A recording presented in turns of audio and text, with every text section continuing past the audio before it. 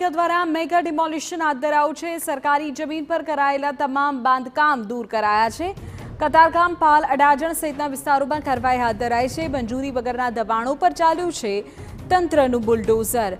મામલતદારની હાજરીમાં ડિમોલિશનની કામગીરી કરાઈ છે। શહેરમાં સરકારી ગૌચરની જમીન પરના બાંધકામો તોડી પડાશે।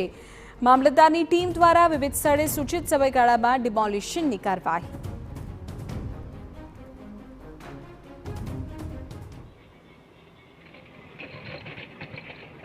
पांच एक वर्ष से गैरकायदेसर प्रवृत्ति અને દબાણ કરતા હોય ઓટો ગેરેજ અને બીજા અન્ય કામગીરીઓ ચાલતી હતી, જે દૂર કરવાની કામગીરી અત્યારે કરવામાં આવી છે।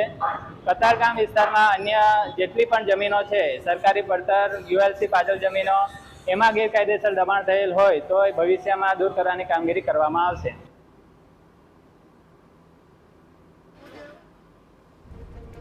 આ તરફ માહિતી મળી રહી છે કે પુણાના મકોબમાં પણ ડિમોલિશનની કામગીરી હાથ ધરાઈ છે। સરકારી જમીન પરથી ગેરકાયદે ઝૂંપડા તોડી પડાયા છે।